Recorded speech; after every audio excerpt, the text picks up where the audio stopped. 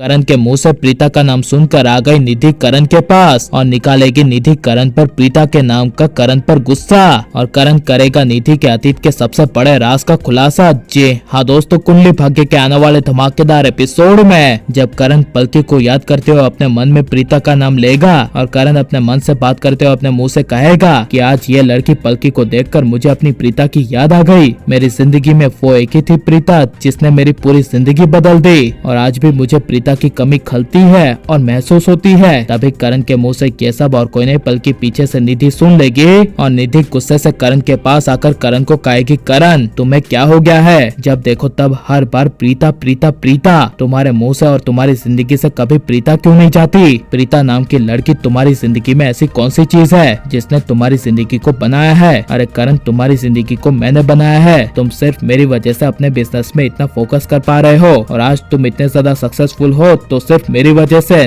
ना कि प्रीता की वजह से। जिसे निधि के मुंह से सुनकर करण को काफी बड़ा झटका लगेगा और करण निधि को कहेगा, बस निधि, जैसी तुम्हारी जिंदगी है ना और तुमने मुझे जिससे बात करने के लिए मना किया है ना, तो उसी तरह मेरी जिंदगी में प्रीता है। प्रीता नाम ही मेरी जिंदगी है, ना कि कोई तुम्हारी जिंदगी और ना ही तुम्हारी कोई मेहरबानी। जिसे सुनकर निधि को मन में काफी ज्यादा गुस्सा आएगा और करण गुस्से से निधि को कहेगा, अपनी नजरें नीची करो, ये तुम्हारा गुस्सा किसी और को दिखाना, मुझे नहीं। जिसे सुनकर निधि कुछ बोल नहीं पाएगी और निधि अपनी नजरें नीची करके इमोशनल ड्रामा शुरू कर देगी और करण को रोने का नाटक करती हुई कहेगी, करण तुम क्या सब कुछ भूल गए कि 20 साल पहले क्या हुआ था? वो प्रीता नहीं, सॉरी, वो तुम्हारी प्रीता अपने बेटे शौर्य को लेकर अकेले छोड़कर चली गई थी और वो भी सिर्फ अपने बेटे को नहीं बल्कि तुम्हारे पूरे परिवार को छोड़ के चली गई थी। और तुम किस हालत में गुजर रहे थे ये सब प्रीता को पता होने के बावजूद प्रीता ने तुम्हें भी छोड़ दिया। तो तब तुम्हारे और कोई नहीं बल्कि मैं काम में आई थी। मैंने तुम्हारी हर चीज का ध्यान रखा,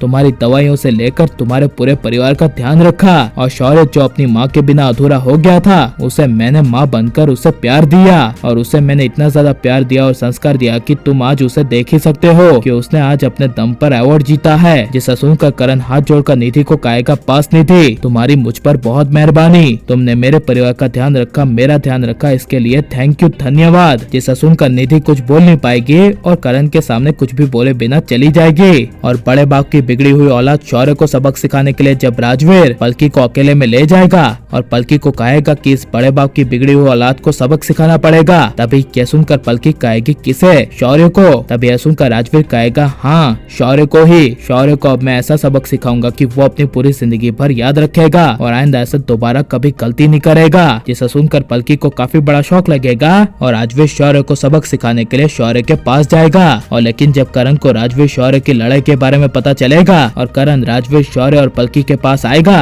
और पलकी को राजवीर के लिए शौर्य के साथ बहस करते हुए देखेगा, तभी करण को अपने भाई ऋषभ प्रीता की याद आ जाएगी। जहां पर करण को एहसास होगा कि प्रीता भी ऋषभ के साथ मिलकर मुझसे एक दिन लड़ने आई थी और मैंने शौर्य की तरह ही प्रीता के साथ बिहेव किया था। और लेकिन करण को शौर्य को सुधारने के लिए निधि को अपनी जिंदगी से बाहर निकाल देना चाहिए क्या नहीं, और प्रीता की या नई करण की जिंदगी में वापस ही होनी चाहिए क्या नहीं। और आप किसे सबसे पहले एक देखना चाहते हैं, राजवीर पलकी को या फिर करण प्रीता को? ये सब हमें कमेंट में जरूर बताएं और आप लाइक शेयर हमारे चैनल को सब्सक्राइब करें।